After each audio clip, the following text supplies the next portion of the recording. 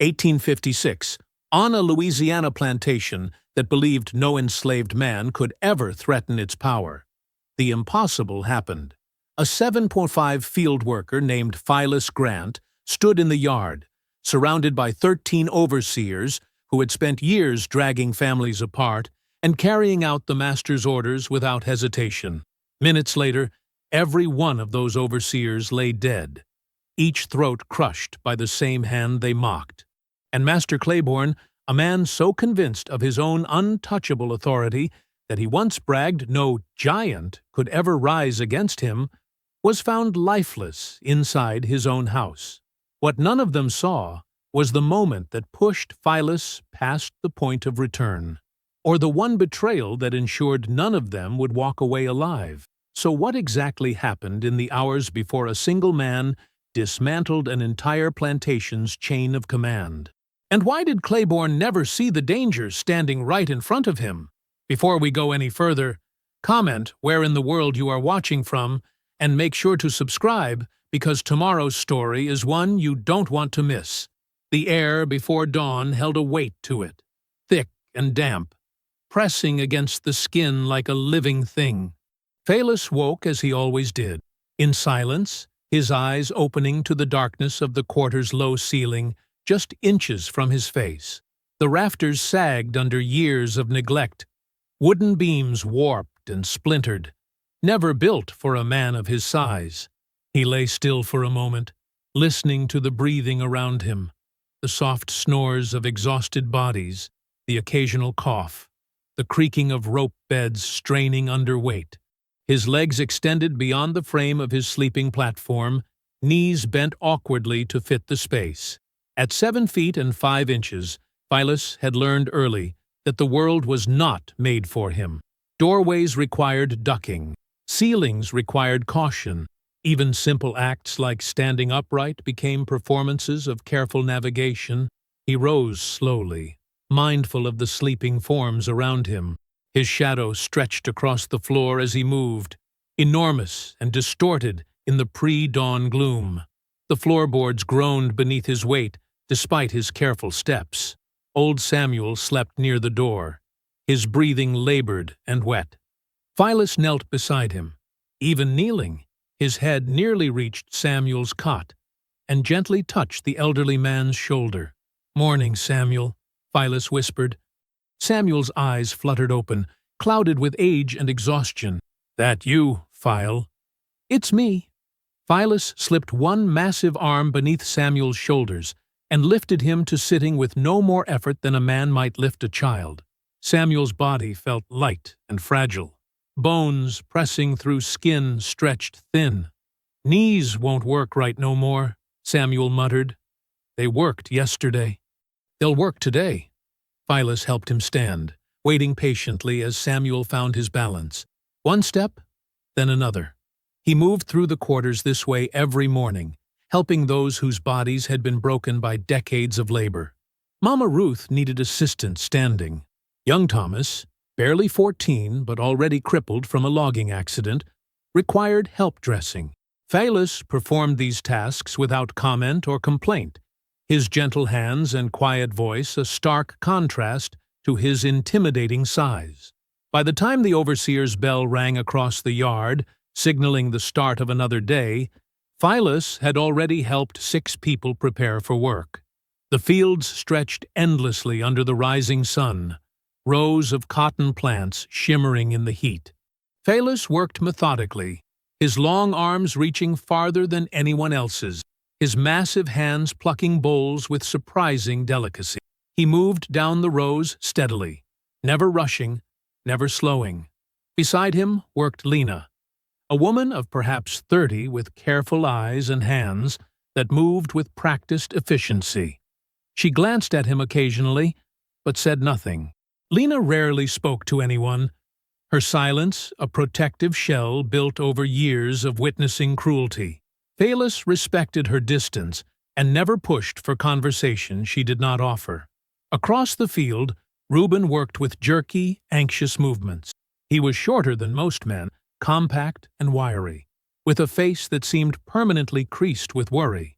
When Philus caught his eye, Reuben looked away quickly. "Careful with that row," Phyllis called gently. "Master checks the edges first." Reuben's jaw tightened. "I know how to pick cotton." Phyllis nodded and returned to his own work, not offended. Reuben had always been uneasy around him, resentful of the quiet respect others showed Phyllis. It was a tension Phyllis understood but could not fix. Overseer Judd rode past on horseback, his face red and sweating beneath a wide-brimmed hat.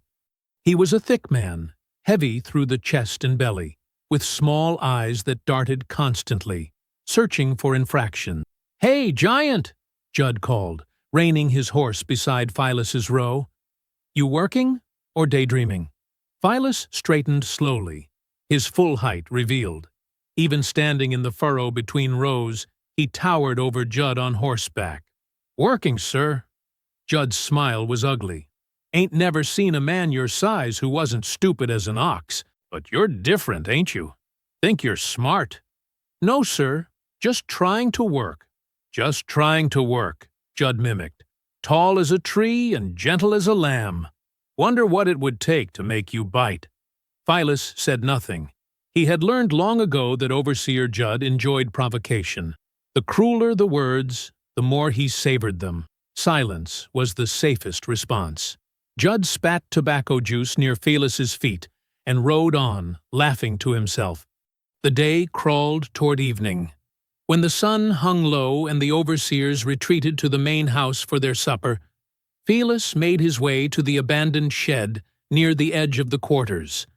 The building sagged on its foundation, one wall partially collapsed, roof full of holes. No one used it anymore. No one except Phyllis. Inside, 3 children waited in the shadows. Mari, a girl of perhaps 8 with bright, curious eyes. Jacob, older and more cautious, and little Ruth, barely 6. Mari clutched a scrap of newspaper Phyllis had smuggled from the main house weeks ago. "Can we read more today, Papa Phil?" The name made his chest tighten. He was not her father. Marie's real father had been sold years before she could remember him, but she had started calling him that anyway, and he did not have the heart to correct her. "Show me what you remember," Phyllis said softly. Marie traced her finger over the words, sounding them out carefully. "The ship arrived," Phyllis corrected gently. "Arrived yesterday from New Orleans." Pride swelled in his chest, immediately followed by fear. Teaching enslaved people to read was forbidden, punishable by whipping or worse. If they were discovered, the children would suffer. He would suffer. But watching Mari's face light up with understanding, seeing the way knowledge gave her something no one could whip away, it felt worth the risk. They spent the next hour in the shed's shadows, Phyllis teaching letters and sounds, while constantly listening for approaching footsteps. Jacob struggled with the words, but tried hard. Little Ruth mostly watched, too young to understand but soaking in the atmosphere of secret learning. "Tomorrow," Phyllis said finally, "we'll practice writing. But you must hide the papers. Never let anyone see." "I won't," Mari promised solemnly. As dusk settled over the plantation, a wagon appeared on the main road. Phyllis watched from a distance as a white man in simple dark clothing climbed down, speaking with Master Claiborne on the house's front steps. The man carried himself differently than most white men Phyllis had encountered.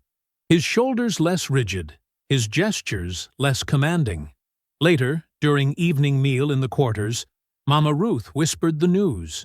"New preacher come to give us services. Master allowing it." Phyllis absorbed this information silently. Preachers usually came to reinforce obedience, to quote scripture about servants obeying masters. But something about this man's bearing suggested otherwise. The preacher, introduced as Reverend Silas Merrin, appeared at the quarters after supper. He spoke kindly, his voice soft but clear. When his eyes met Phyllis's, there was a flicker of surprise at his size, quickly masked by genuine interest. "I hope to know all of you better," Reverend Merrin said. "God's word offers comfort, to all who suffer. As people dispersed, the Reverend approached Philus directly. "You're Philus?" "Yes, sir." "You have an intelligent face. Can you read?" The question hung dangerous in the air. Philus's heart hammered. "No, sir." But the Reverend's eyes drifted to Philus's hand, where a smudge of newspaper ink still marked his thumb. His expression did not change, but something passed between them, a moment of mutual understanding. "Perhaps we'll speak more another time," the Reverend said quietly, and moved on.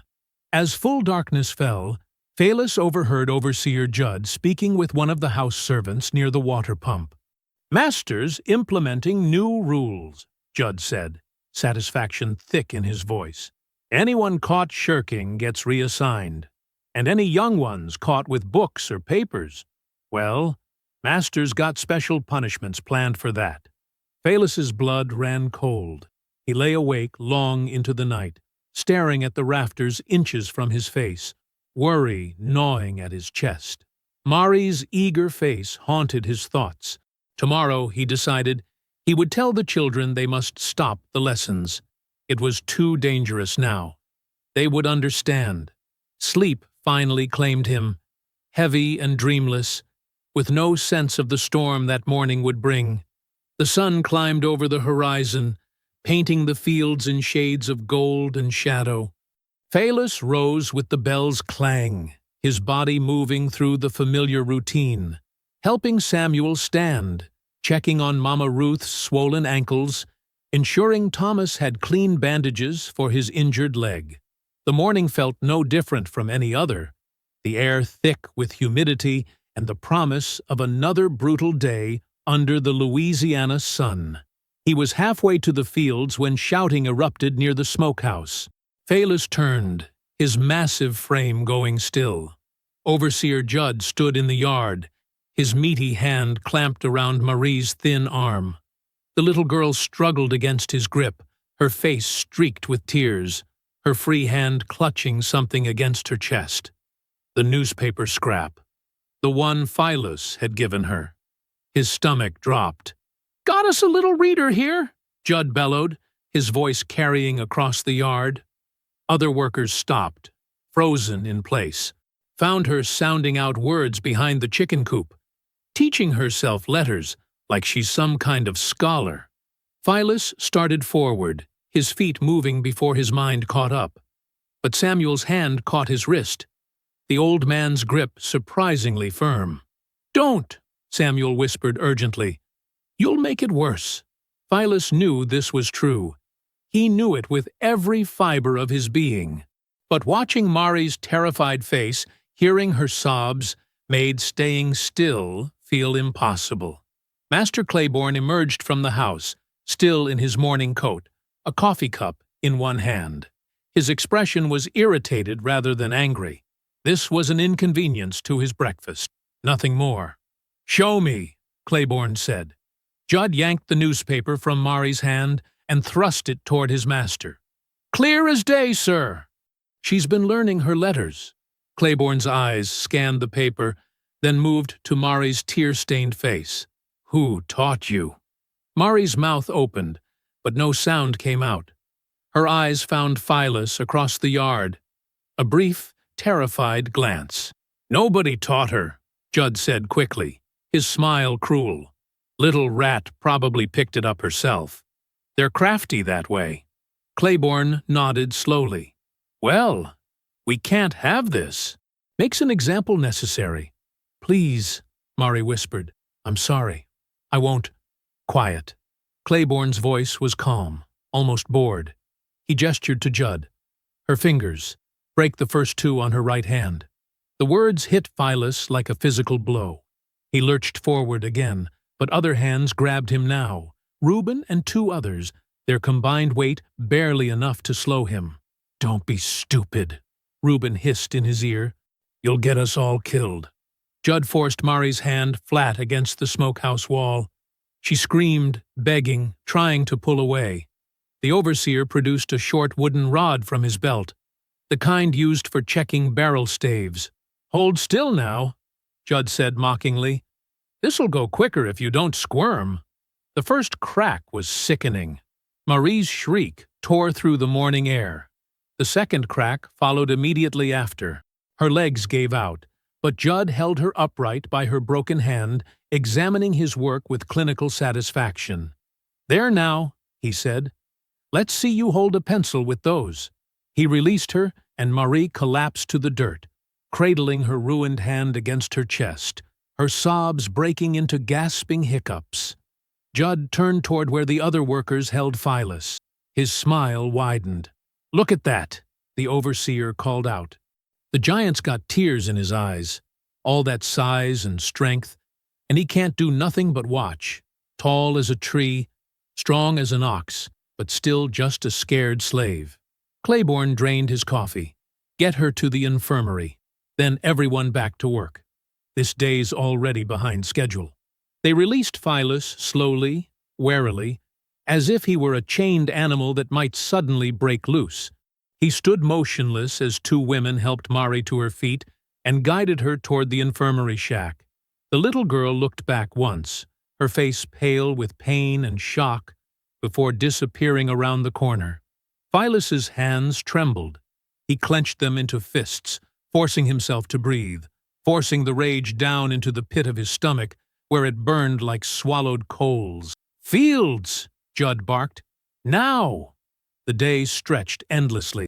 Phyllis worked with mechanical precision, his hands moving through the cotton plants while his mind remained fixed on Marie's screams. He finished his quota 2 hours before sunset, something he rarely did, and made straight for the infirmary. The shack was small and dim, smelling of herbs and old blood. Marie lay on a pallet near the window, her right hand wrapped in strips of cloth, already showing rust-colored stains. Her eyes were closed, her breathing shallow. Phyllis knelt beside her, his huge frame filling most of the available space. "Marie?"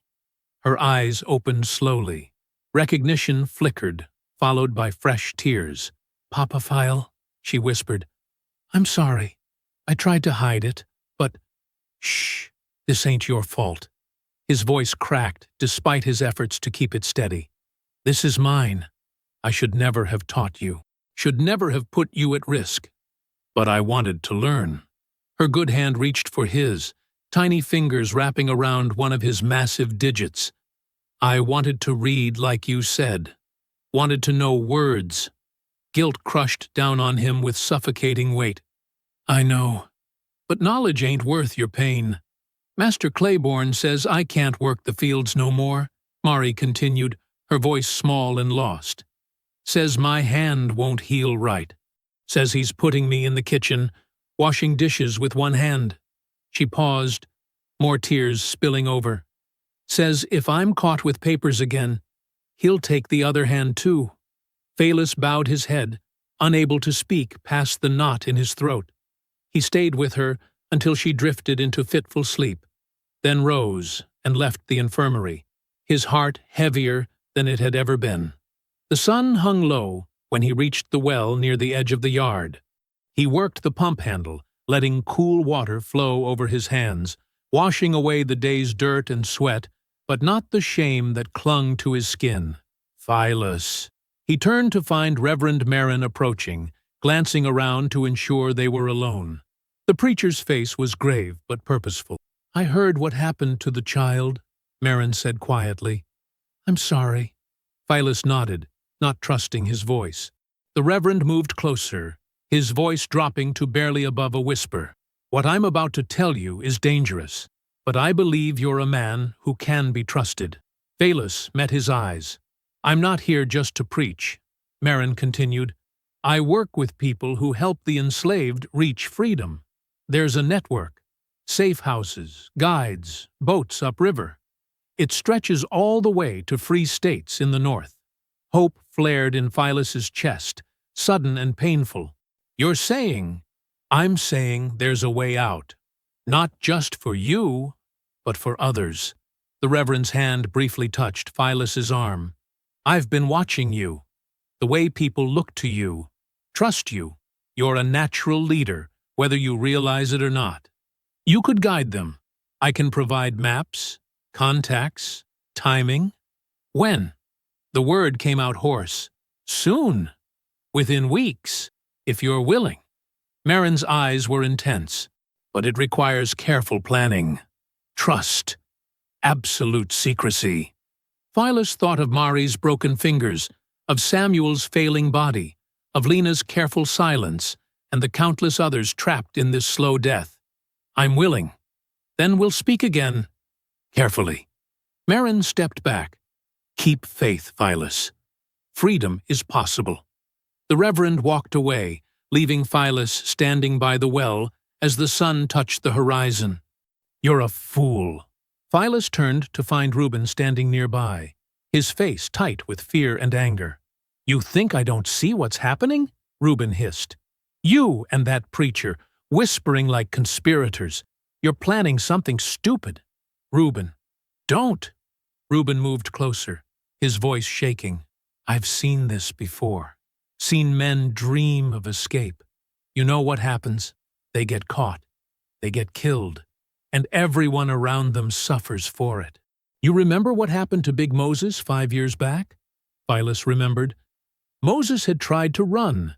They'd caught him within 2 days, dragged him back, and whipped him to death in front of everyone as a lesson.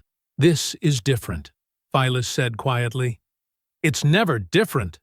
Reuben's hands clenched into fists. You're going to doom us all. That giant body of yours makes you think you're special, but you're just another slave. And if you try anything, Claiborne will make examples of every person in these quarters. Is that what you want? More broken children? More bodies? What I want, Phyllis said, his voice hardening, is for Mari to have a chance at life that don't include broken bones for learning letters. Then you're selfish. Reuben's voice cracked. You'll sacrifice everyone for your guilt. He stalked away before Phyllis could respond, disappearing into the gathering darkness. Phyllis stood alone, Reuben's words echoing in his mind. Was he being selfish? Was he risking others for his own need to feel less helpless? He returned to the quarters as full night fell. Inside, Marie slept on her pallet, her bandaged hand resting on her chest. Phyllis sat beside her, his back against the wall, watching her breathe. I won't let them break you again, he whispered. I promise. She stirred slightly, but didn't wake. After a while, Phyllis rose and stepped outside into the humid night. Crickets sang in the darkness. Somewhere in the distance, an owl called. The air smelled of earth and growing things, and the river that flowed somewhere beyond the plantation's borders. For the first time in years, perhaps in his entire life, something like hope flickered in his chest. Fragile as candlelight, but real. He stood in the darkness, his massive frame silhouetted against the stars, and allowed himself to imagine freedom. The plantation bell rang at dawn, its iron voice cutting through the morning mist. Phyllis woke with Marie's face fresh in his mind, her bandaged hand, her tears. He rose slowly, careful not to wake the others, and stepped outside to splash water on his face. Something felt wrong. The usual morning sounds were absent. No overseer calls, no early work assignments, just the bell, ringing longer than normal, insistent and ominous. Everyone to the yard, Judd's voice carried across the quarters. Master's orders, now. Phyllis's stomach tightened. Mandatory gatherings were rare. They meant punishment, announcement of new rules, or demonstrations meant to remind everyone of their place. He joined the others filing toward the central yard, his height allowing him to see over the crowd gathering near the whipping post. Master Claiborne stood on the big house porch, dressed formally despite the early hour. Beside him stood Judd and 4 other overseers, their expressions cold and ready. To the side, Reuben shifted nervously, his eyes downcast. The workers assembled in rough rows. Phyllis positioned himself near the back, hoping his size might let him blend into the crowd despite the impossibility of that wish. Lena stood several people away, her face carefully blank. Old Samuel leaned on a walking stick, wheezing softly. When everyone had gathered, Claiborne descended the porch steps. He moved with deliberate slowness, enjoying the attention, the power of making people wait. "I've called you here," Claiborne began, his voice carrying easily across the silent yard, "because it has come to my attention that there's been subversive behavior on this plantation." Phylus's blood went cold. "Someone," Claiborne continued, "has been teaching my property to read, corrupting young minds with forbidden knowledge, spreading ideas that don't belong in the heads of slaves." He paused, letting the words sink in. "Yesterday, I punished a child for possessing reading materials. I thought that would end the matter, but I've since learned the problem goes deeper." Claiborne gestured. Two overseers disappeared into the quarters and emerged moments later, dragging Mari between them. Her bandaged hand hung limp, her eyes wide with fear. When she saw the crowd, saw Phylus, her face crumpled. "No," Phylus breathed, so quietly only those nearest him heard. "This child," Claiborne announced, "has admitted to being taught letters. She's confessed that someone on this plantation has been running secret lessons, filling her head with dangerous knowledge." Phylus's heart hammered. He wanted to step forward, to confess, to end this before it went further. But his body remained frozen, trapped between instinct and terror. "I could question her further," Claiborne said. "Make her reveal her teacher, but I don't need to." His eyes swept the crowd and landed on Phylus. "I already know who it is." Every head turned. Phylus felt their stares like physical pressure. "Phylus Grant," Claiborne called. "Step forward." Phylus moved through the crowd. People parted around him, creating a wide path. He walked with his head up, refusing to show the fear screaming through his veins. When he reached the open space before Claiborne, he stopped. "Master," Phylus said carefully, "if someone needs punishing for teaching, let it be me. Mari's just a child. She don't deserve more pain." "Oh, I know she doesn't deserve it," Claiborne said. "But that's not really the point, is it? The point is making sure everyone understands what happens when my rules are broken." Phylus's hands clenched. "Please, take me instead. Whip me. Brand me. Whatever punishment you think fits. But leave her be. You don't get to negotiate." Claiborne's voice hardened. "Your property. Property doesn't make demands." He nodded to Judd, who walked to a nearby brazier where several iron rods rested in glowing coals. The overseer pulled one free, a branding iron, its tip glowing orange-red in the morning light. "This child," Claiborne announced, "will be branded on the forehead. A permanent mark so everyone knows she's been corrupted by forbidden learning. Maybe that will discourage others from following her path." Mari whimpered. The overseers holding her tightened their grip.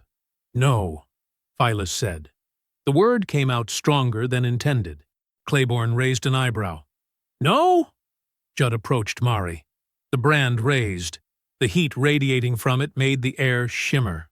Mari struggled, her good hand clawing uselessly at the men holding her. "Please," Phylus begged.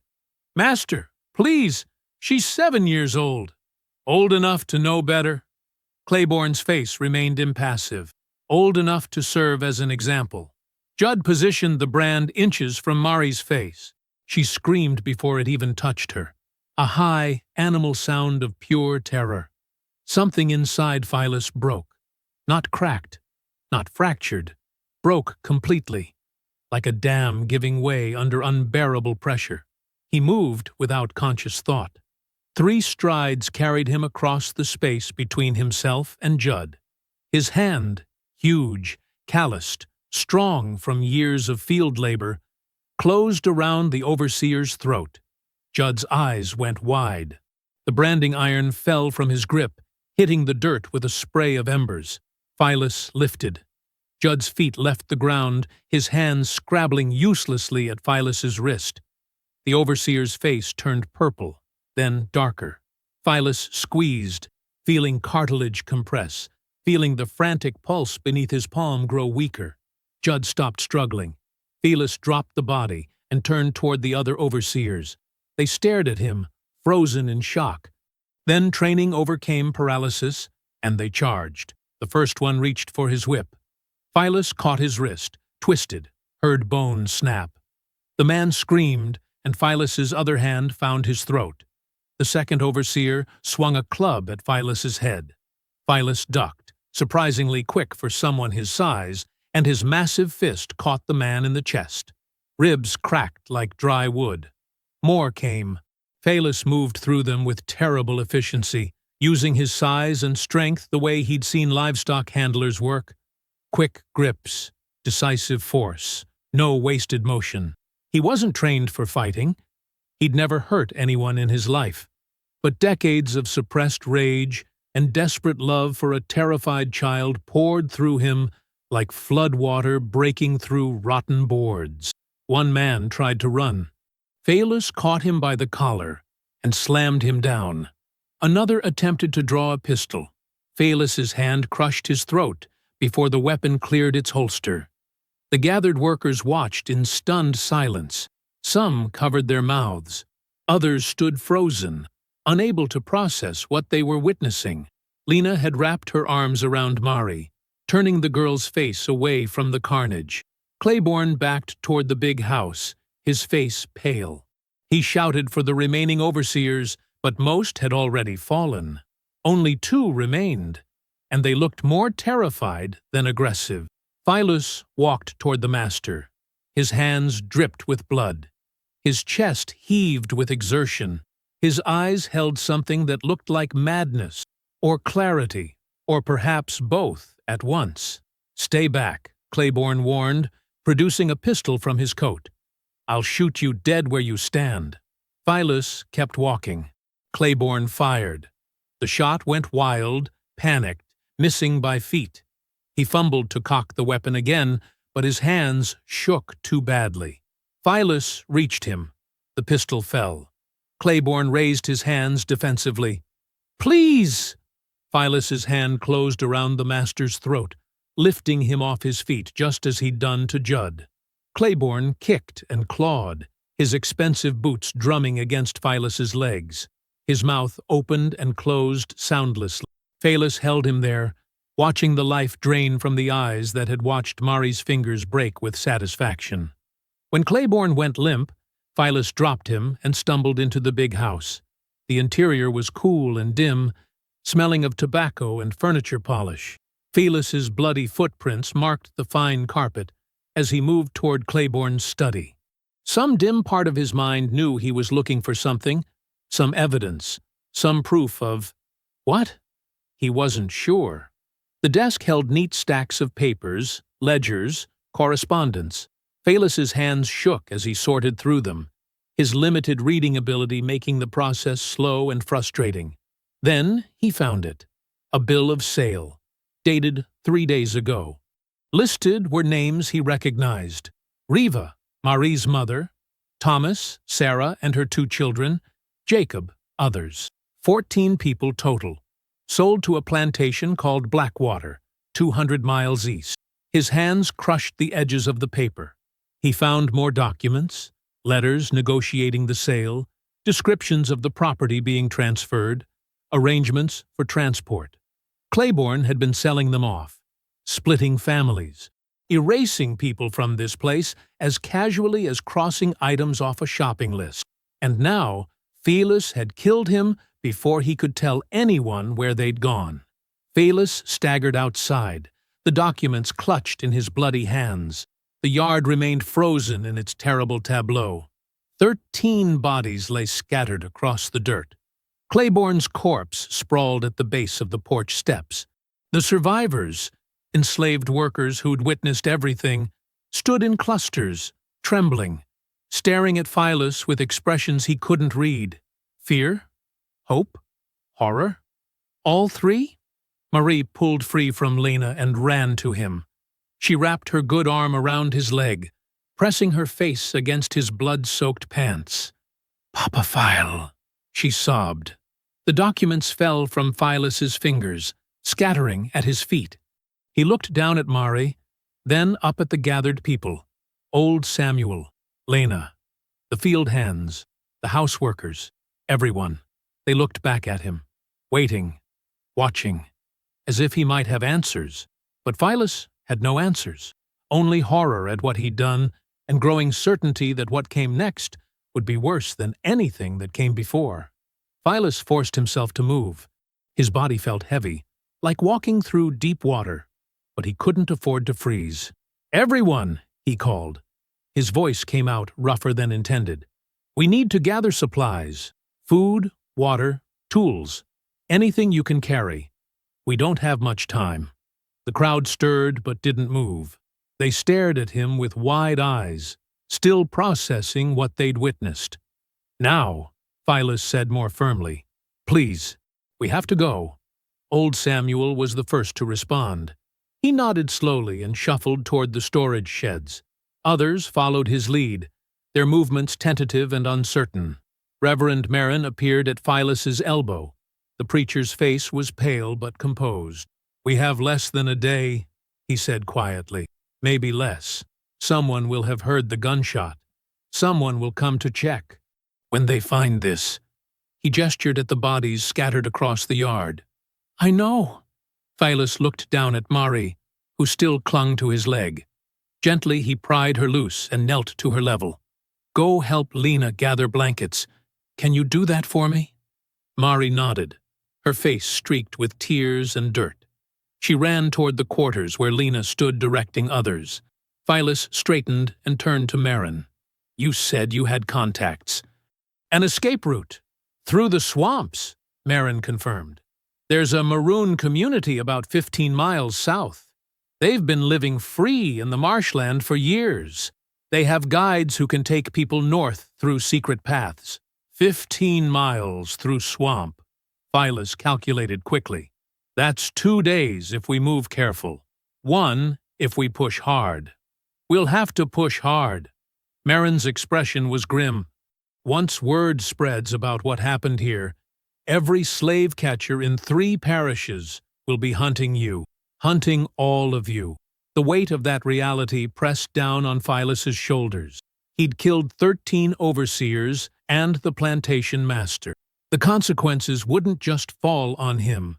Anyone who fled with him would be marked as rebels, accomplices. If caught, they'd face punishments designed to serve as warnings to every other enslaved person in Louisiana. "Meet me in the smokehouse," Phyllis said. "We need to plan this proper." Merrin nodded and slipped away. Phyllis moved through the chaos of preparation, trying to project calm authority even as his insides churned. People packed cornmeal, dried meat, whatever vegetables they could scavenge from the kitchen gardens. Others filled canteens and jugs with water from the well. The youngest children were wrapped in blankets and assigned to older siblings who could carry them. The afternoon sun beat down mercilessly. Phyllis's clothes remained stiff with dried blood. He should have changed, washed. But there wasn't time, and somehow it seemed wrong to clean himself before the work was done. Reuben blocked his path near the quarters. The man's face twisted with anger and fear. "You've killed us all," Reuben hissed. "You understand that? Every single one of us. They'll hunt us down like animals." "They hunted us already," Phyllis replied quietly. "Claiborne was selling families, breaking them apart. Marie's mother is already gone. How many others would have vanished if we'd done nothing? At least we'd have been alive to—" "To what?" Phyllis interrupted. "To watch our children branded? To work until we died in these fields? That ain't living, Reuben. That's just slow dying." A small crowd had gathered to listen. Reuben glanced around, seeming to realize he was losing the argument. "Running will get us killed faster," Reuben insisted. "Maybe," Phyllis acknowledged, "but Claiborne's death gives us a window. A small one. Right now, nobody knows what happened here. We use that time to disappear into the swamps before the patrols come. It's our only chance. And if we get caught, then at least we tried." Phyllis's voice hardened. "At least we chose our own path, instead of waiting for masters to choose for us." Reuben opened his mouth to respond, then seemed to think better of it.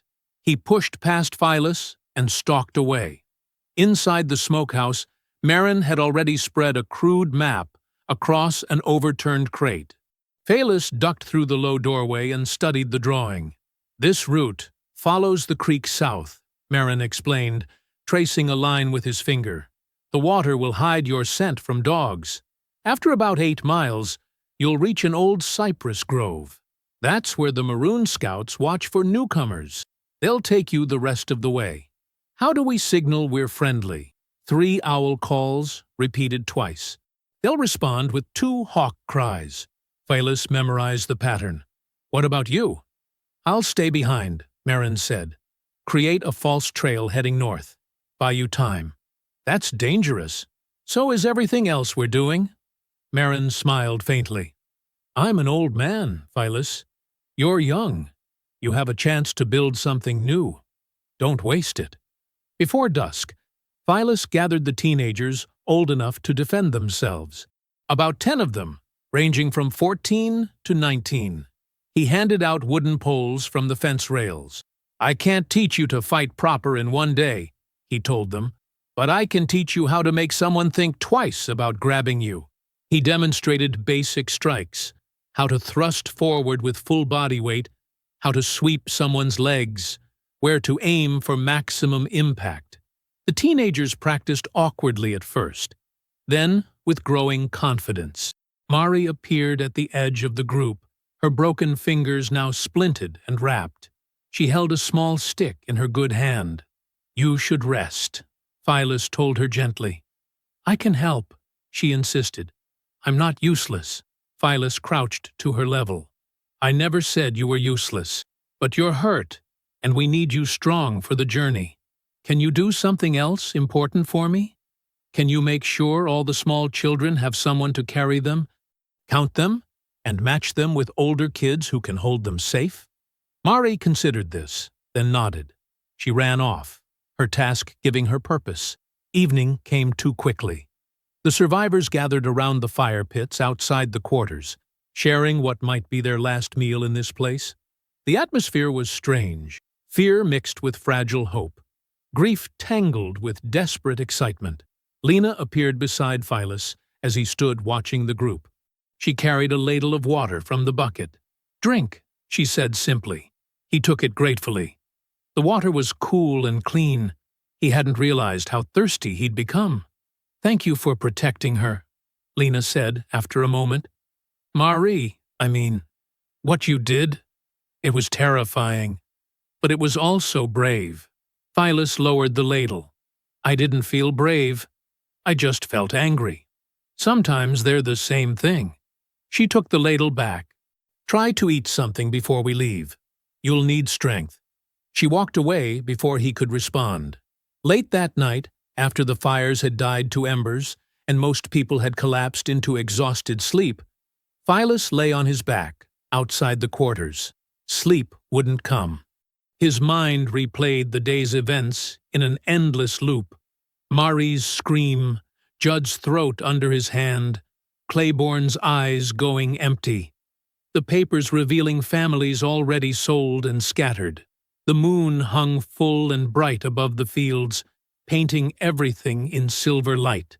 Phelis could see the cotton plants stretching toward the horizon, each one representing hours of back-breaking labor, generations of suffering, endless cycles of planting and picking and dying. In the distance, dogs barked. Phelis sat up, listening hard. The sound came from the east, maybe 2 miles away. Could be hunting dogs belonging to the neighboring plantation. Could be nothing. Could be everything. The barking stopped. Phelis remained sitting, staring at the moonlit fields, counting the hours until dawn when they would have to run. Pre-dawn darkness still clung to the quarters when Phelis moved through the sleeping forms, gently shaking shoulders and pressing fingers to lips. One by one, the survivors rose in silence. Mothers wrapped babies tightly against their chests. Older children rubbed sleep from their eyes and shouldered small packs. Everyone moved with practiced quiet, years of plantation life having taught them how to be invisible. Phelis counted heads. 43 people. More than he'd expected would come. More responsibility than he'd ever carried. Reverend Marin appeared beside him, dressed in dark clothing instead of his usual ministerial coat. "The Eastern Patrol passes at first light," he whispered. "We need to be in the trees before then." Phyllis nodded and gestured to Lena. She moved through the group, checking that everyone had water and food. Mari stood near her, clutching a small bundle with her good hand. They left in single file, Phyllis at the front with Marin, following a narrow path that ran behind the storage sheds toward the tree line. The ground was still wet with dew. Phyllis placed each step carefully, aware that 42 people behind him would follow exactly where he led. The eastern sky was beginning to lighten when they reached the first line of trees. Phyllis paused, listening. No dogs, no shouting, no thunder of horses, just the natural sounds of morning. Birds stirring, insects buzzing, the distant croak of frogs in the wetlands. They moved deeper into the woods, using game trails and creek beds to avoid leaving obvious tracks. Marin knew this land better than Phyllis expected. The preacher navigated around patches of mud that would have trapped them, pointed out low branches before people could walk into them, and twice redirected the group when he heard sounds that made him uneasy. By the time the sun fully rose, they'd covered nearly 3 miles. Phyllis called a brief rest near a fallen log. People drank water sparingly. Babies nursed. The teenagers who'd practiced defense the previous day now walked at the rear of the group, wooden poles ready. An old woman named Ruth approached Phyllis. "How much further?" "Long way still," he admitted. "We reach the marshes by midday. Then it gets harder." Ruth nodded, accepting this. She returned to her spot and helped a younger woman adjust the sling carrying her infant. They continued south, the terrain growing wetter with each mile. The ground became spongy beneath their feet. Cypress trees rose around them, their trunks thick and twisted, their roots forming elaborate tangles above the waterline. Mosquitoes appeared in clouds, biting exposed skin relentlessly. Mari slapped at the insects on her arms. Her splinted fingers made the motion awkward. "Up you go," Phyllis said, crouching down. "Climb on my back." She hesitated. "I can walk. I know you can. But we move faster if I carry you through the worst parts." Marie climbed onto his back, wrapping her good arm around his neck. Phyllis stood easily despite her added weight. At his height, he could see over most of the low brush, spotting hazards before others encountered them. The marsh proper began around midday. Water covered the ground now, sometimes ankle-deep, sometimes reaching their knees. The group slowed considerably as people struggled through the muck. Roots waited beneath the murky surface, ready to trip unwary feet. Lena moved among the elders, offering arms to steady them, pointing out safer paths. A young mother carrying twin babies started to sink in a particularly soft patch. Phyllis waded over and lifted her bodily, setting her on firmer ground. Her babies whimpered but didn't cry. Even the youngest seemed to understand the need for silence. The afternoon heat became oppressive. Humidity pressed down like a physical weight. Sweat mixed with mud and mosquito bites. People's faces showed exhaustion, but no one complained. They'd all worked brutal hours in cotton fields under worse sun. This suffering came with purpose. Phyllis was navigating around a massive cypress when movement ahead made him freeze. He raised one hand, and the entire group stopped instantly. 3 figures emerged from behind the trees. Black men, lean and hard, carrying real weapons, knives, a rifle, a hatchet. They moved with absolute confidence in this terrain. The man in front studied Phyllis with sharp eyes. "You're a long way from any plantation." "We're seeking the free settlement," Phyllis replied carefully. "Reverend Marin sent word." "Marin?" The man's expression shifted slightly. He looked past Phyllis to the preacher. "That you, old man?" "It's me, Joshua," Marin confirmed. "These people need sanctuary. Temporarily. Joshua's gaze swept over the group, counting, assessing. What happened? The master's dead, Phyllis said simply. Along with his overseers. We had to run. The three scouts exchanged glances. Joshua scratched his jaw. How many overseers? 13. Joshua's eyebrows rose. He looked at Phyllis with new interest. All right, follow us. But know this, we sheltering you is temporary. Our village can't support 40 extra mouths for long, and we won't risk our families if patrols come hunting. Understood, Phyllis said. They followed the scouts deeper into the marsh. The paths became even more obscure, winding through water and vegetation in patterns that seemed random but clearly weren't. After another hour, structures appeared between the trees, platforms built on stilts above the waterline, connected by wooden walkways, hidden beneath Spanish moss and overhanging branches. The Maroon Village. Phyllis had heard whispers about such places, but seeing one felt like witnessing something impossible. Children played on the platforms, their laughter bright and unafraid. Women cooked over careful fires built in metal containers that wouldn't spread. Men worked on repairs to the structures, calling jokes to each other. Guards stood at key positions, watching the perimeter with practiced vigilance. It was a functioning community. A free community. Black families living by their own rules, making their own choices. The arriving group dispersed slowly, directed to different platforms where they could rest. Mothers laid down exhausted children. Elders sat heavily, relief visible on their faces. Reuben found Phyllis near one of the central platforms. The man's face was tight with anxiety. This won't protect us, Reuben said. You understand that? This village can't hide all of us. The patrols will come. They always come. Maybe, Phyllis replied. But we're safer here than we were. For how long? A day? 2? Reuben's voice rose. You've doomed us. Led us into a swamp to die slower than if we'd just surrendered back? Enough. Phyllis's tone hardened. You chose to come. Nobody forced you. Where else could I go? Reuben shot back. Stay behind and face the patrols alone? At least here there's others to share the blame when they catch us. He stalked away before Phyllis could respond.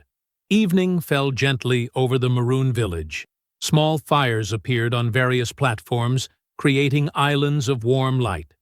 The smell of cooking fish and rice drifted through the air. People from the plantation sat among the Maroons, sharing food and tentative conversation. Phyllis found a quiet spot beside one of the smaller fires. Lena appeared shortly after, carrying Mari. The girl looked half asleep but content. She insisted on finding you first, Lena said, setting Mari down. Mari immediately climbed onto the platform beside Phyllis, leaning against his arm. Are we safe now, Papa Phile? The words struck him like a physical blow. Papa Phile. She'd never called him that before. Never called anyone Papa that he'd heard. We're safer, he managed. Still got ways to go, but we're getting there. Good. Mari yawned. I like it here. People smile. Within minutes, she was asleep against his side. Lena sat across the fire, watching them both with an expression Phyllis couldn't quite read. She trusts you completely, Lena said quietly. I hope I deserve it. You do. Lena poked at the fire with a stick. What you did yesterday, I've been thinking about it. You could have run alone. Gotten further, faster. But you stayed. Organized everyone. Gave them a chance. Couldn't leave them.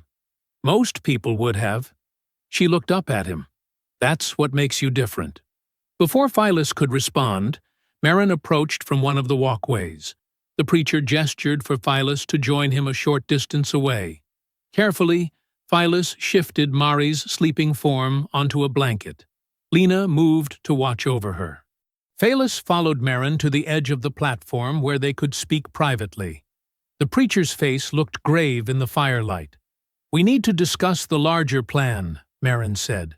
Joshua says guides can take your group north in 2 days. There's a route through the backcountry that avoids major roads.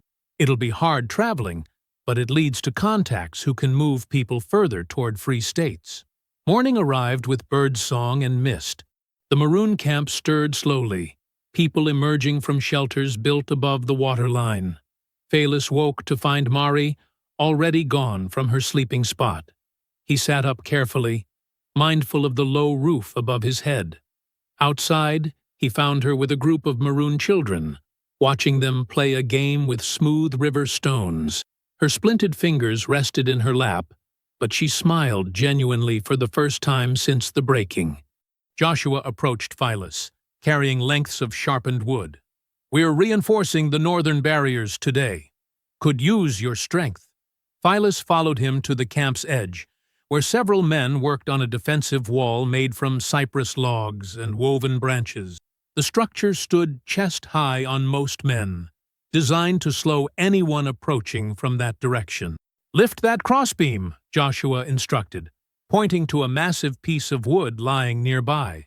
Phylis crouched, gripped the beam, and raised it alone. The other men stared. Joshua grinned. "Set it there, across those two posts." They worked through the morning. Phylis lifted materials others struggled with, drove stakes deep into the soft ground, and helped lash support beams into place. The physical labor felt good after days of running and hiding. His muscles responded to familiar demands. A Maroon woman brought water around midday. Phelis drank gratefully, then noticed Lena helping prepare food at the central platform. She chopped vegetables with practiced efficiency, speaking easily with the other women. Her usual guardedness had softened slightly in this place.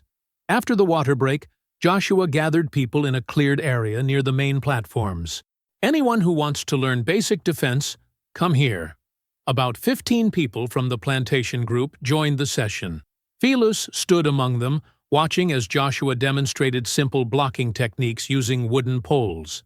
"Most of you won't ever need this," Joshua said, "but knowing how to protect yourself and others, that's worth learning." He showed them how to stand, how to hold improvised weapons, how to create distance from attackers. Phelis absorbed the lessons, his mind cataloging each movement. When Joshua asked for someone to demonstrate with, Phelis volunteered. "Come at me like you mean it," Joshua instructed. Phelis moved forward.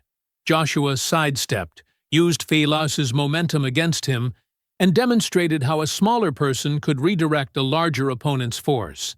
They practiced the technique slowly several times until others understood the principle. "Size ain't everything," Joshua told the group. "Smart fighting beats strong fighting most times." The afternoon session continued with pairs practicing the basics. Phylis worked with different people, adjusting his strength carefully, offering encouragement when someone executed a technique correctly. One young man named Thomas showed particular aptitude, his movements quick and precise. "You're good at this," Phylis told him. Thomas shrugged. "Master used to make me fight other boys for his entertainment. Learned to move fast or get hurt bad." The casual mention of that horror made Phelis's chest tighten. But Thomas smiled without bitterness. "That's done now, though. This time, I'm learning to protect people instead." As the training ended, people dispersed to various tasks. Some helped with cooking, others worked on repairs around the camp. Children played under watchful eyes. The village hummed with quiet activity. Purposeful, communal, free. Phylis found a spot to sit and watched it all. This was what life could look like.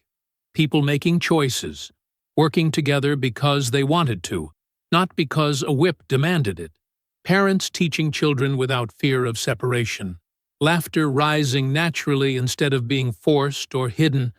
Marin appeared beside him, lowering himself onto the platform with a soft grunt. "Beautiful, isn't it?" "Yeah. I have good news," the preacher continued. Joshua received word from his contacts upriver. "Abolitionist allies will meet us at the designated crossing point in 3 days. They'll have wagons and supplies for the journey north. 3 days. The timeline suddenly became real. Phylis felt hope and anxiety twist together in his chest. "Can we make it?"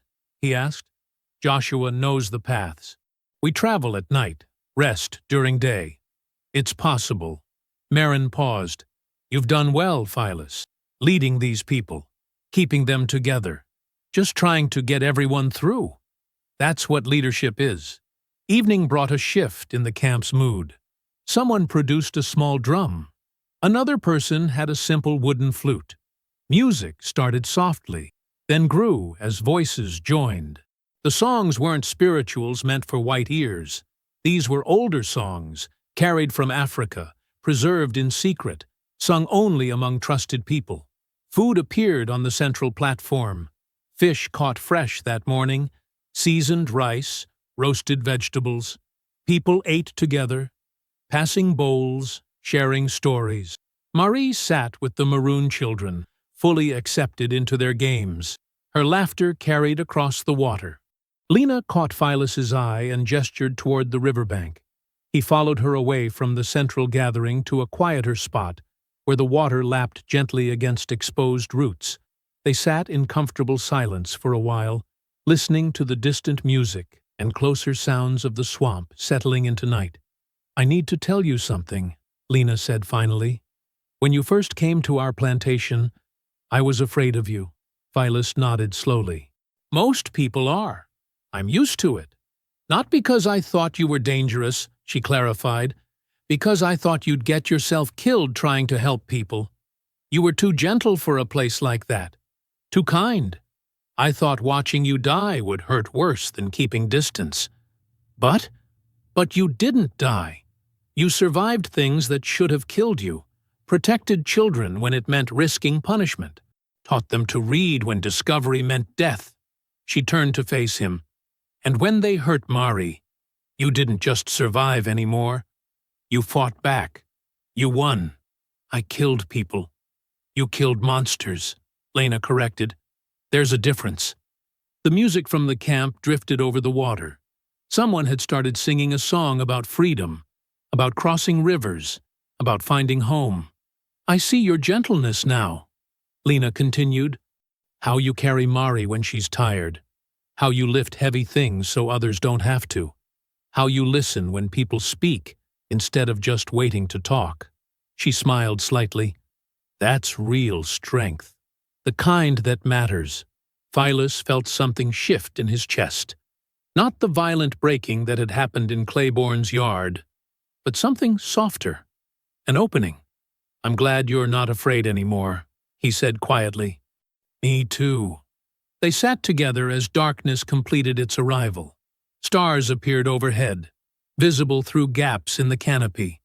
The temperature dropped slightly, bringing relief from the day's humidity. Eventually they returned to the camp.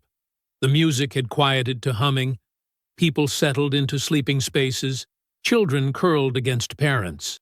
Elders rested on soft bedding the maroons had provided.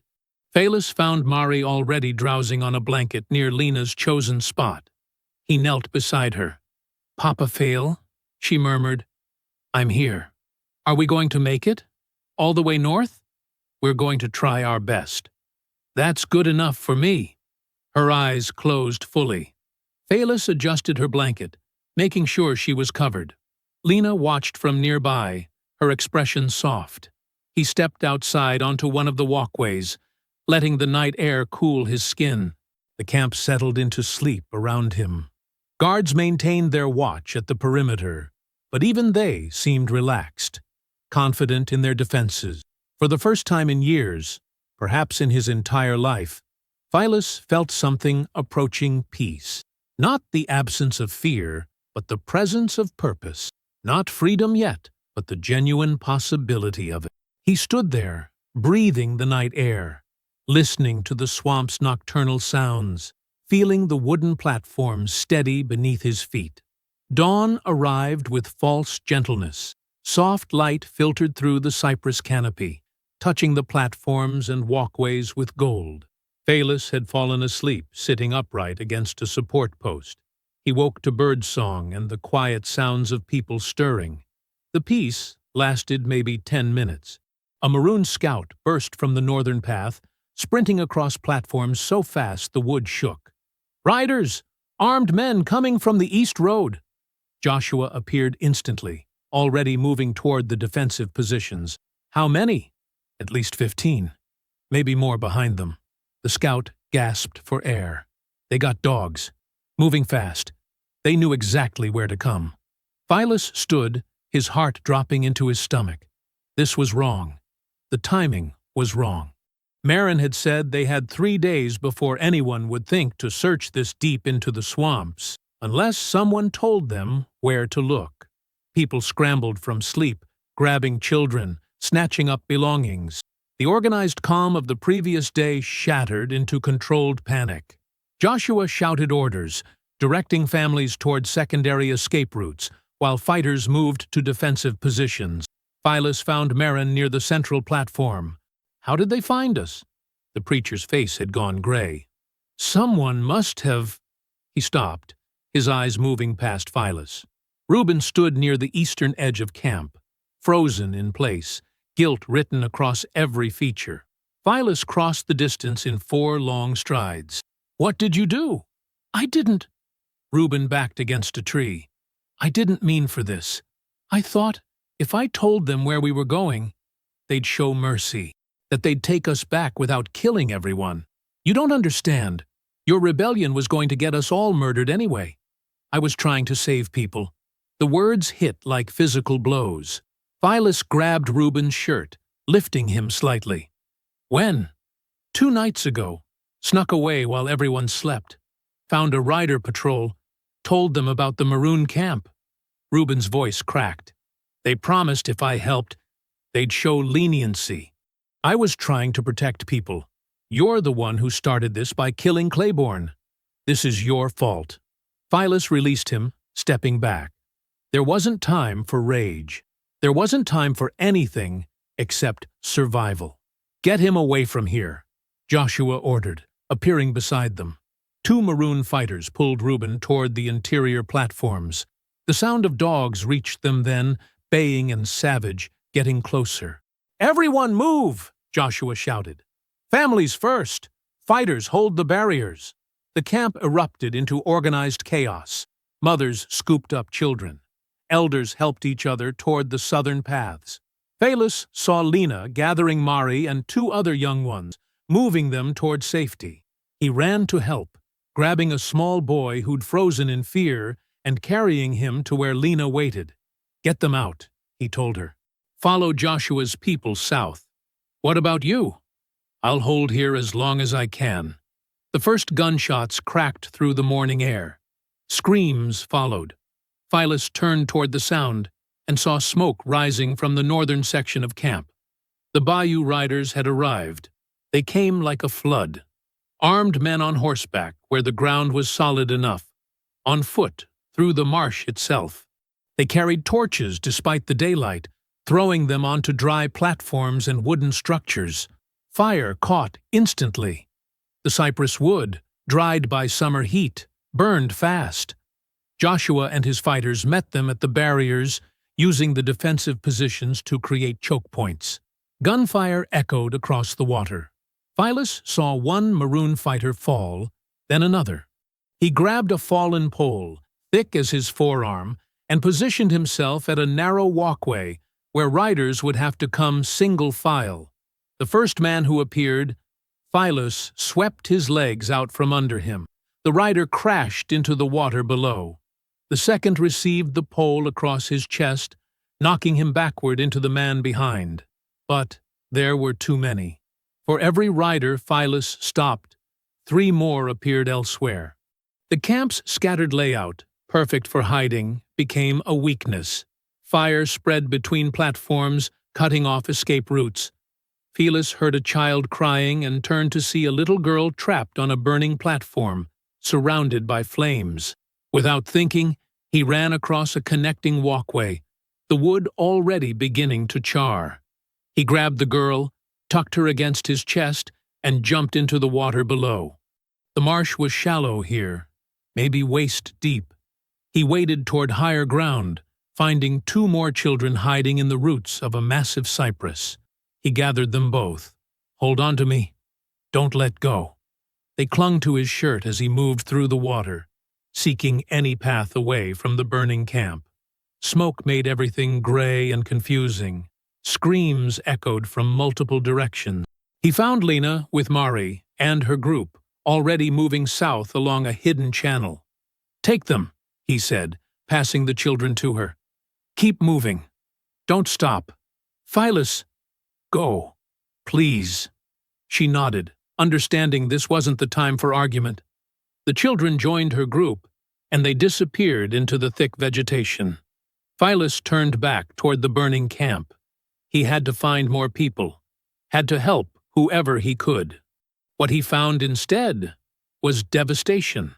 The Bayou Riders had overwhelmed the defenses. Bodies floated in the water. Platforms burned down to their support posts. The beautiful community that had existed yesterday was being destroyed in minutes. He saw Merrin trying to help an elderly woman across a damaged walkway. 3 riders surrounded them. Phyllis started toward them, but the distance was too great. He watched helplessly as they took the preacher captive, binding his hands. The elderly woman they simply shot. Rage and grief warred in Phylus's chest. He pushed through the water, trying to reach Merrin, but more riders appeared. They formed a coordinated line, driving people like cattle toward the eastern edge of camp.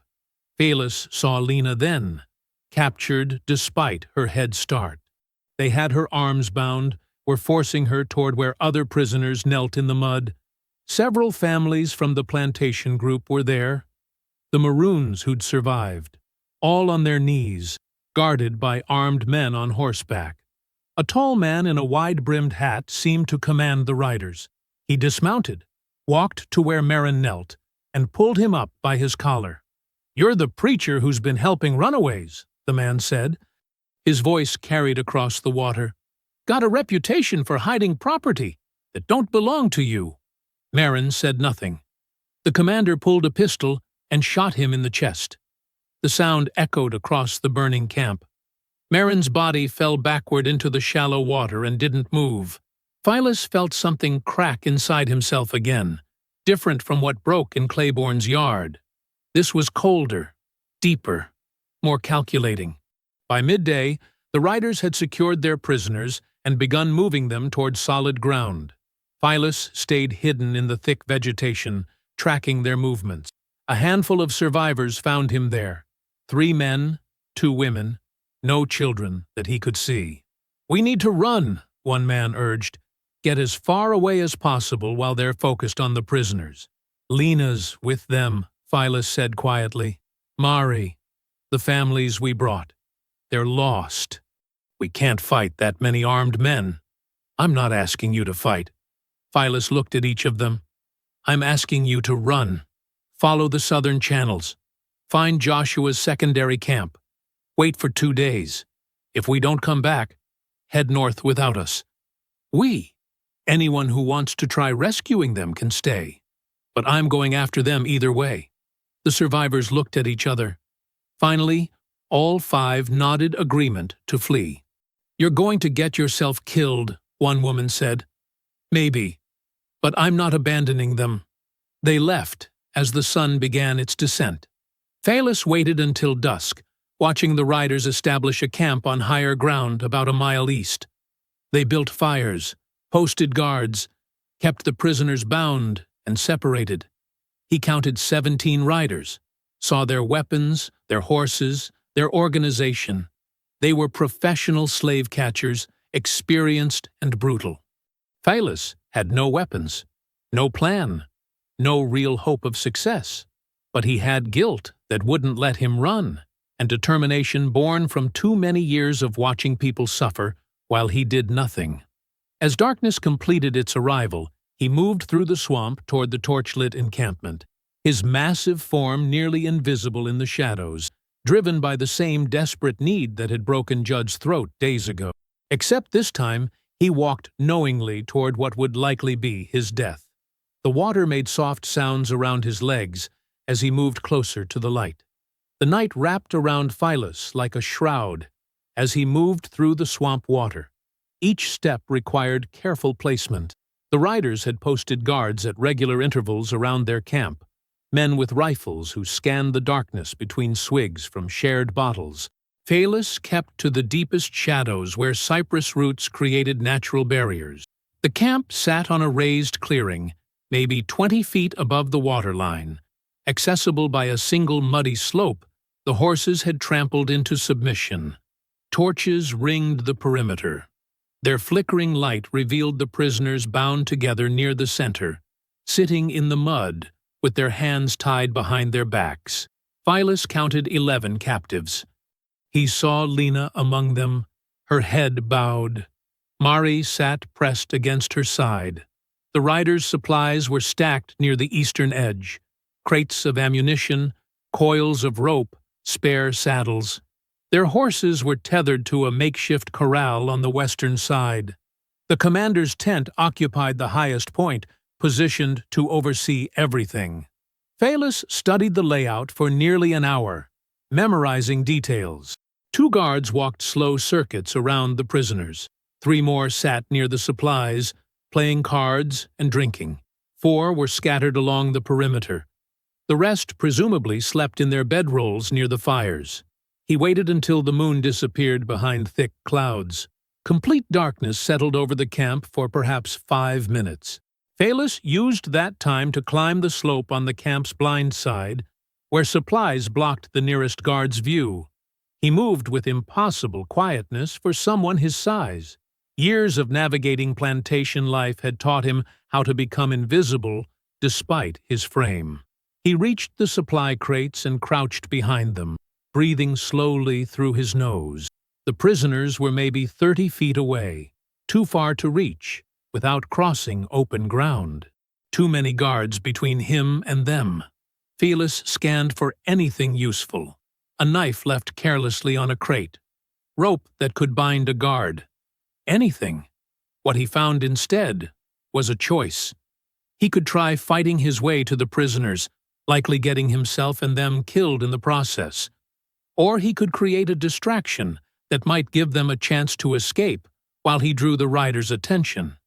Neither option offered real hope, but the second one might save Lena and Mari.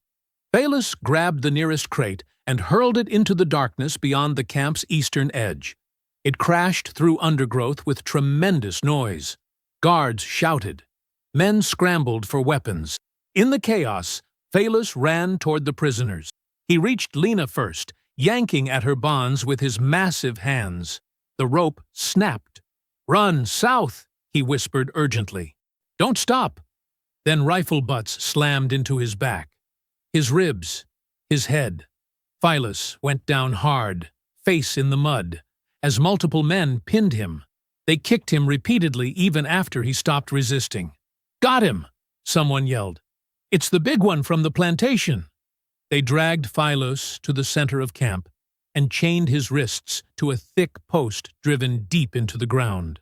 The chains were short, forcing him to his knees. Blood ran from his nose and a cut above his eye. The commander emerged from his tent, pulling suspenders over his shoulders. He walked slowly to where Phylos knelt, studying him with cold interest. "You're even bigger than they said." The man circled him like Phylos was livestock. 7.5 feet, the reports claimed. Killed 13 overseers with your bare hands. Phylos said nothing. "Check the prisoners," the commander ordered. "Count them." A moment later. "All accounted for, sir. The woman's bonds were cut, but she didn't run." The commander glanced at Lena. Smart girl. Knows she'd just die tired. He turned back to Phylos. "We'll continue this conversation in the morning, when you're properly motivated to talk." The night passed slowly. Phylos remained chained to the post, unable to lie down or stand fully. His knees ached. His wrists bled where the shackles cut into skin. Guards took turns watching him, occasionally throwing stones to keep him from sleeping. Dawn brought no relief. The commander returned as gray light spread across the camp. He carried a wooden stool and set it down a few feet from where Phylos knelt. "I'm going to ask you questions," the man said, conversational. "You're going to answer them truthfully. Every lie costs you something." "I got nothing to say." We'll see. The interrogation lasted hours. The commander wanted names of abolitionists who'd helped them, wanted to know about the Maroon settlement's full size and population, wanted details about other plantations where enslaved people might be planning escapes. Phyllis gave him nothing. The punishment for his silence came methodically. They used rifle butts across his shoulders, boots to his ribs when he swayed forward. A heated iron rod pressed briefly to his back, just long enough to make him cry out, but not long enough to maim. Through it all, Phyllis kept his jaw clenched, kept silent, gave them no information that could hurt others. By midday, the commander seemed almost impressed. "You're stronger than most, but everyone breaks eventually." They left him alone for a while after that. Phyllis used the time to observe despite his pain. He noted that the weapons were still stacked near the eastern edge, counted 17 rifles visible, saw 3 pistols on the commander's table. The prisoners remained bound but unharmed for now. Lena kept glancing at him with anguished eyes. Mari had her face buried against Lena's shoulder. Afternoon brought more questions, more refusals, more punishment. A guard hit him hard enough across the face that Phyllis tasted blood. His vision swam. His body screamed for rest, for water, for mercy. He gave them nothing. "You're protecting people who'll be caught anyway," the commander said as evening approached. "Your silence just prolongs everyone's suffering. Tell me where the Maroons' other camps are, and I'll make sure the children aren't harmed." Phyllis raised his head slightly. "You'll harm them regardless." "Perhaps. But cooperation might earn them quick deaths instead of slow ones." Then I got nothing to say. The commander stood, brushing dirt from his pants. "Suit yourself. We'll try again tomorrow, and the day after. Eventually, you'll beg to talk." As darkness fell, they finally gave Phyllis water.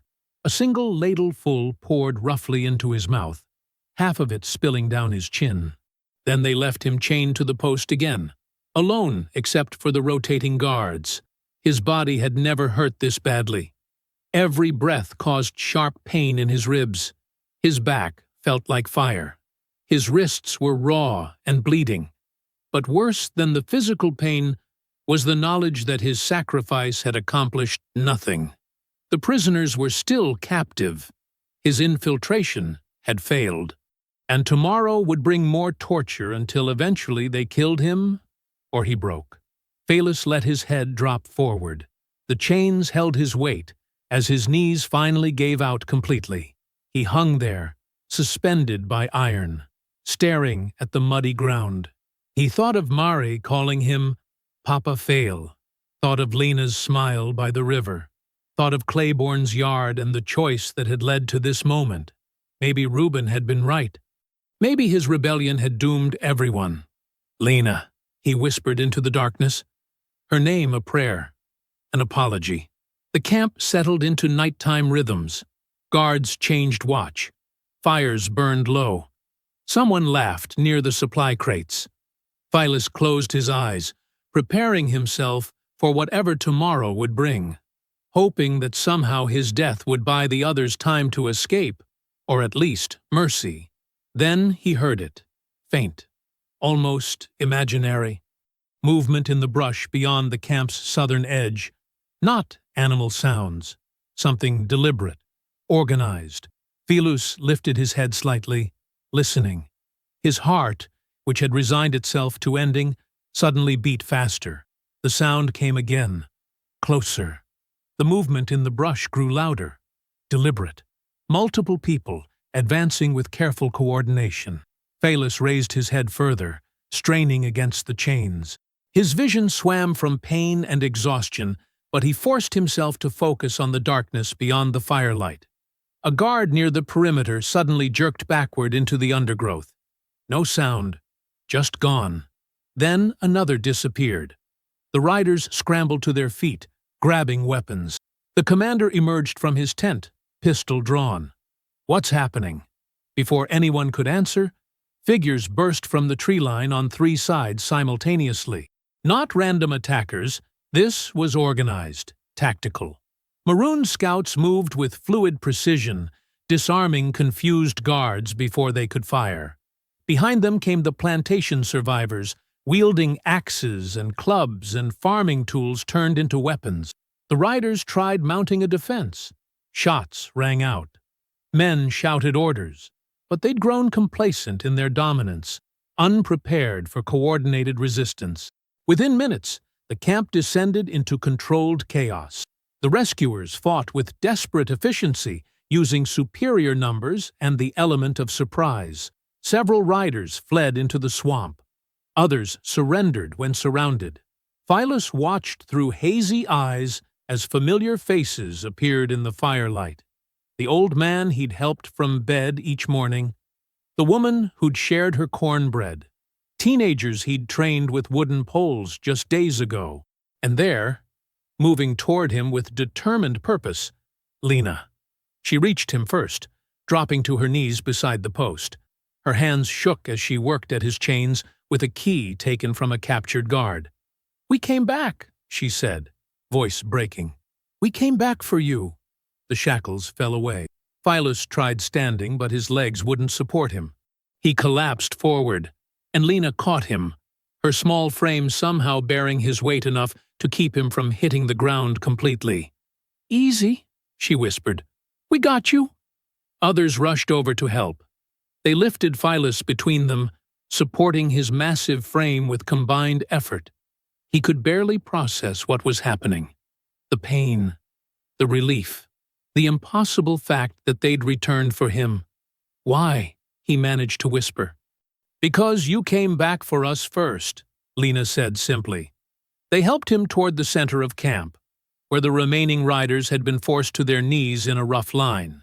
The commander knelt among them, hands bound behind his back, his earlier confidence completely shattered. Phylus's supporters lowered him carefully until he could stand on his own, though he swayed dangerously. His ribs screamed with each breath. Blood still ran from the wounds on his wrists and back, but he remained upright through sheer will. The survivors formed a half-circle around the captured riders. Someone had built up the fires, casting dancing shadows across faces hardened by trauma and rage. Marie stood beside Lena, her bandaged hand clutching the older woman's skirt. An old Maroon scout stepped forward, offering Phyllis a captured pistol. "They're yours to judge." Phyllis stared at the weapon, then at the kneeling men, then at the faces watching him expectantly. Everyone waited to see what he would do. The commander looked up at Phyllis with naked fear. "Please, I was following orders, just doing my job." Those words hung in the humid air, the same excuse that had justified countless horrors. Just following orders, just doing a job. Phyllis felt rage surge through his broken body. These men had tortured him, hunted children, burned the Maroon village, killed Reverend Merrin.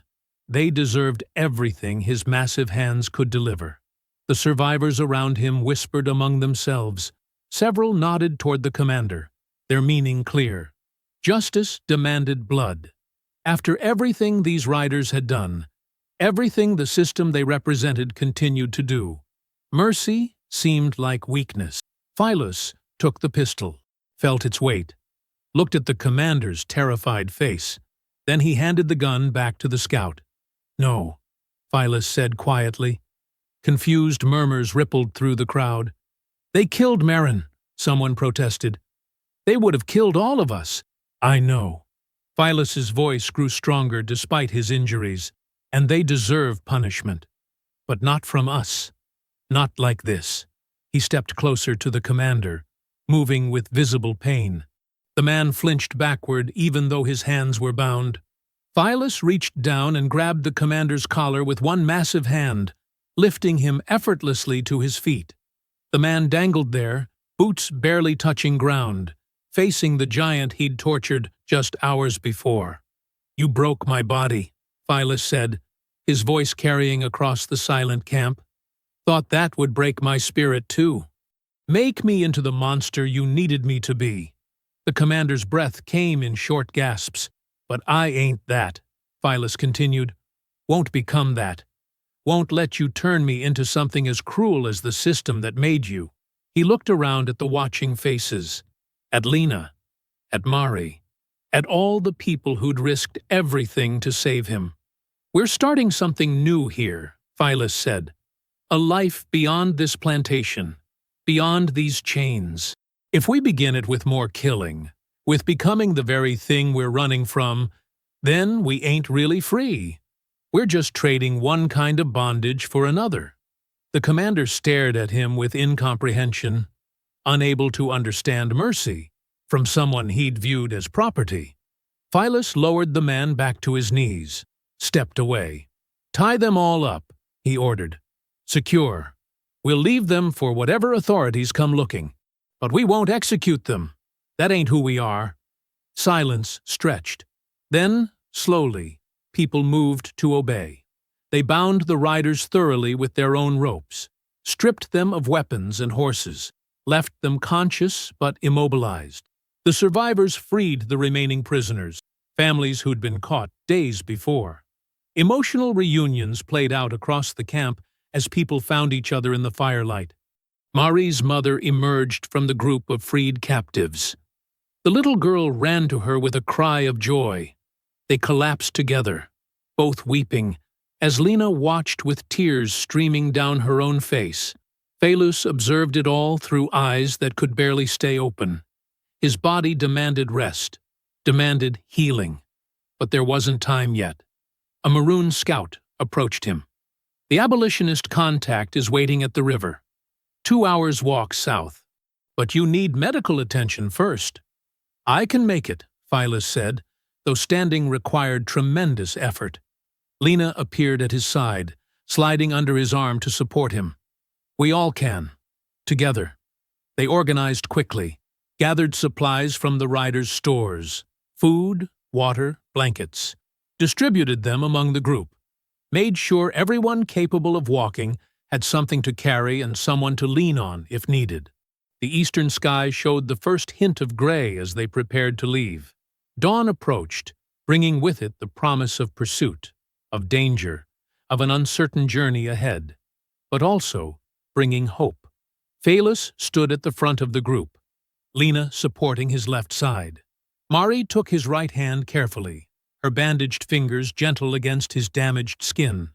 Behind them stretched a line of survivors, old and young, wounded and strong, connected by shared trauma and fragile hope. They looked to Phelus not as a giant or a killer, but as someone who'd chosen a different path when vengeance would have been easier. "South," Phelus said, his voice carrying despite its roughness. "We head south to the river. Stay together. Stay quiet. Help each other." He took the first step into the swamp, then another. Each movement caused pain, but he kept walking. The group followed, disappearing into the pre-dawn darkness like ghosts fleeing a nightmare. Dawn broke soft and golden across the water. The group emerged from the thick swamp growth onto a muddy bank where the river ran wide and slow. Phelus stopped at the tree line, one hand pressed against his ribs, breathing hard. The journey had taken longer than expected, his injuries forcing frequent rests, the group moving at the pace of its weakest members. But they'd made it. 2 flat-bottomed boats waited in the shallows, hidden beneath overhanging branches. 3 white men and 1 black woman stood beside them, watching the ragged group approach with expressions mixing relief and concern. "You're Phelus?" the woman asked, stepping forward. She wore practical traveling clothes and carried herself with quiet authority. "Yes, ma'am. Reverend Marin sent word about you before—" She paused, grief flickering across her features. "Before? We've been waiting 3 days. Heard about trouble with riders." "They're behind us," Phelus said. "Tied up, but alive." The woman studied his battered face, the crude bandages wrapped around his wrists, the way Lena supported his weight. "You showed mercy. Tried to." She nodded slowly. "Get everyone loaded. We leave immediately. Current's with us. Should make good time heading north." The group moved toward the boats with cautious hope. Children climbed aboard first, then elders, then those still able-bodied enough to help paddle. The abolitionists distributed their passengers evenly, ensuring no vessel carried too much weight. Phelis waited until last, making certain everyone else had space before attempting to board himself. The boat rocked dangerously under his mass, but the pilot adjusted the ballast with practiced efficiency. "Sit center," the man instructed. "Don't shift sudden-like." Lena climbed in beside him. Mari and her mother settled nearby, the little girl's head resting against her mother's shoulder for the first time in years. Across both boats, similar reunions played out. Families finding each other again, grasping hands, whispering names they'd thought they'd never speak again. The pilots pushed off from the bank. Paddles dipped into brown water. The boats began moving with the current, picking up speed as the river carried them away from everything they'd known. Phelis looked back once, saw the plantation's smoke rising in the far distance. Then he turned forward, focusing on the water ahead. The first day passed in tense silence. Everyone expected pursuit. Armed men on horseback, slave catchers with dogs, maybe even militia. But the hours stretched without incident, and gradually people began to relax. By the second day, quiet conversations started. People shared stories about life before the plantation, about families they'd lost, about dreams they'd stopped allowing themselves to dream. The river carried them past cypress forests and small settlements, past fields where other enslaved people still labored under the sun. Phelis tried not to think about those he couldn't save, tried to focus on those sitting in these boats, heading toward freedom. Lena changed his bandages that afternoon, her hands gentle on wounds that had begun scabbing over. "Healing clean," she observed. "Won't even scar too bad." "Don't mind scars," Phelis said. "I know, but nice when the body mends proper." She met his eyes, inside and out. He understood what she meant. The physical wounds would heal. The rest would take longer. Mari sat near the boat's edge, her mother teaching her the names of birds they passed. The girl's broken fingers had been splinted by the abolitionist woman, who knew field medicine. They'd heal crooked, probably, but they'd heal. The third day brought changing landscape. The swamps gave way to rolling hills. The air felt different, cooler, less oppressive. They passed towns where black and white people worked side by side, where no overseers prowled with whips. "Getting close," one of the pilots announced that evening. "Town's just beyond the next bend." People stirred with nervous energy. This was the destination, the place they'd risked everything to reach. The boats rounded a curve and there it stood, a proper town with wooden buildings and dirt streets, smoke rising from chimneys, people moving freely between shops. And at the dock, a crowd had gathered. Black families who'd made this same journey before, waiting to welcome the newest arrivals. The boats bumped against the wooden pier. Hands reached out to help people climb ashore.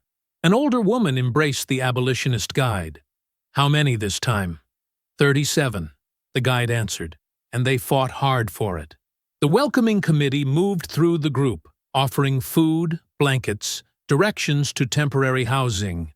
A black minister stepped forward, greeting Phelis with a firm handshake despite his massive size. "We heard about you," the minister said.